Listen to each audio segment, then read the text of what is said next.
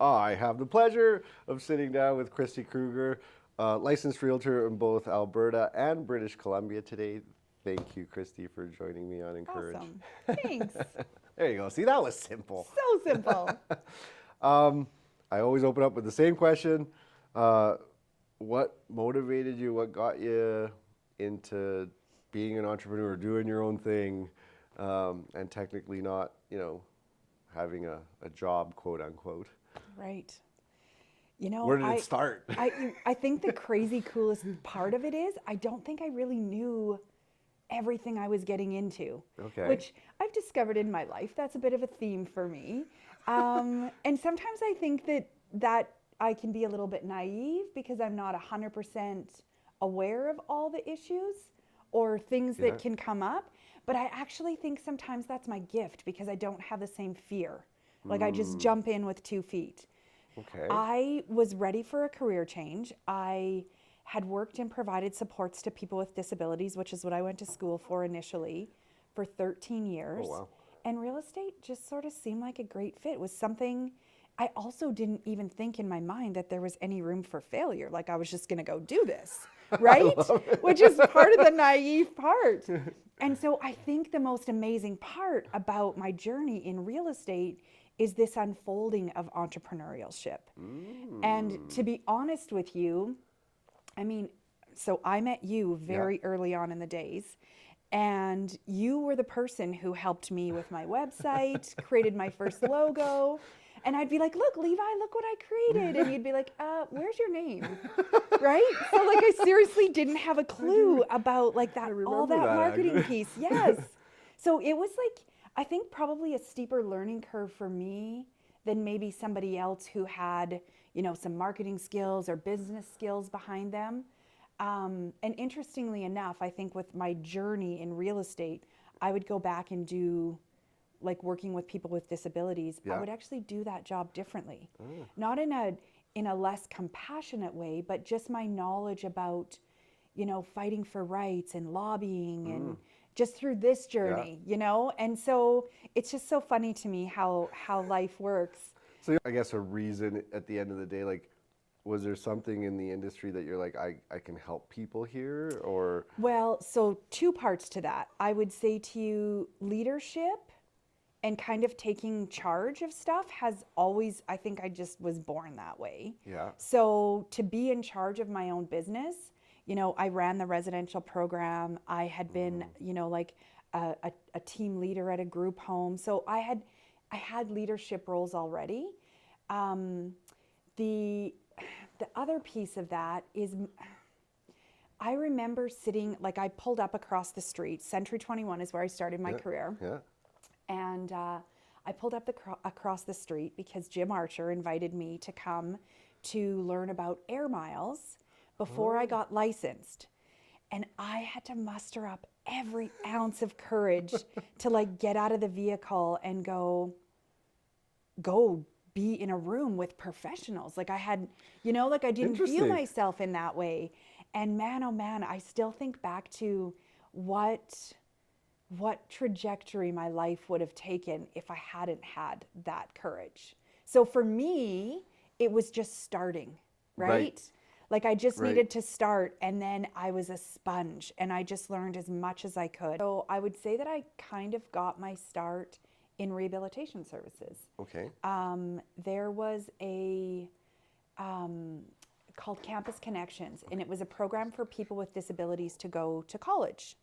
And instead of it being segregated like it had been for many years, it was more immersive.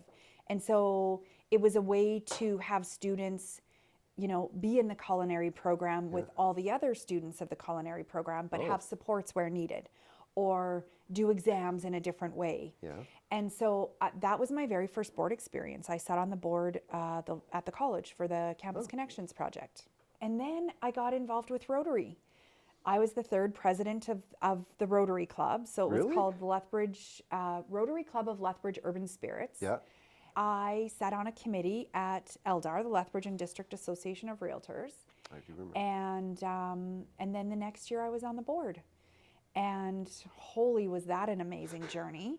Like in Well, you're learning tons and everything too. Oh, just being immersed, first of all, in understanding organized real estate, because it's not really, it's sort of like this entity that makes sure that consumers are protected and we're able to do our job without a whole bunch of barriers Right. that exist, but you don't necessarily need to understand it in order to effectively be a realtor. Right.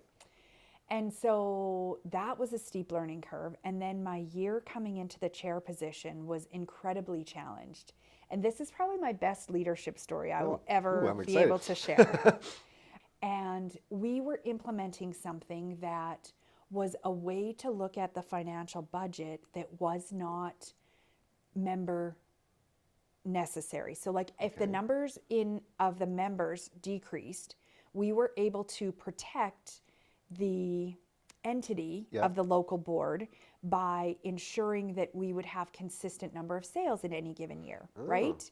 So we were looking at this kind of, it exists, so it was a listing fee. Yeah. And it exists across Canada Yeah. in other local boards in Alberta. It's not Yeah, it's not exclusive to yeah, here. it wasn't this brainchild idea. So we looked at this. Anyways,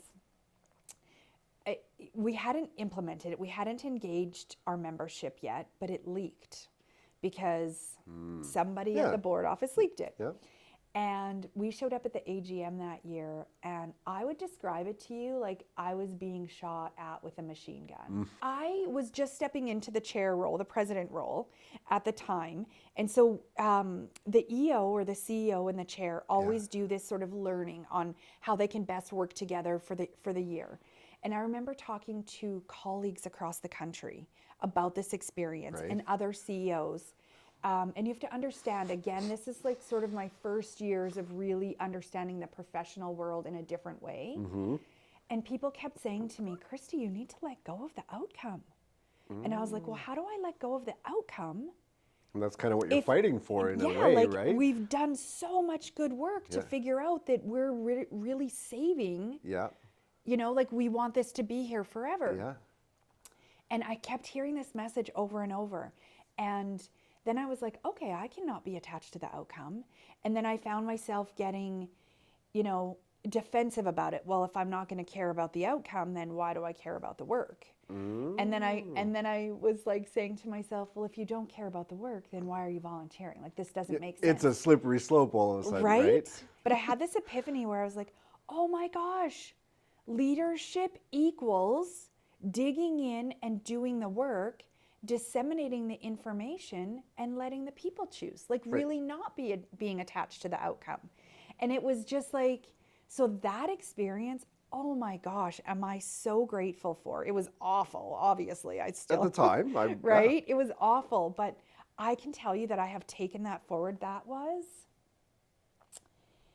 well, close to 9 years ago that happened.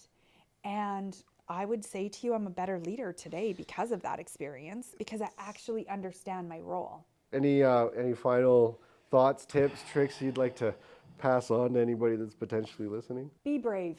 And that's brave. not always easy. Be willing to pivot in business, in life. If you're not happy, change it. Just change it. And you can move back to your hometown. You can move to a different town. It doesn't matter what that looks like. You can start a new career. You can go back to a career you had 40 years ago. It doesn't matter. Choose happy. And the rest of the path it'll just fall in front of you exactly how really it's will. supposed to. It It really will. Yeah. And sometimes, even though this sounds negative, sometimes taking a step backwards will get you 2 steps forward. Yeah. So not being afraid of downing your dial or dialing, what's the right, I don't remember the saying now, but dialing it down a little bit to be Yeah. able to dial it up again. Yep, totally. I love it. This was a great conversation. Yay. Thanks for being a part of it today. I Thank really, you. really, really appreciate it. And I know you're a busy lady and traveling across Western Canada. So, Oh, I know, right? so thank you so much for actually taking the time for that. Thank you. Thanks for having me, Levi. Yay. So good. Awesome. Thanks, Christy.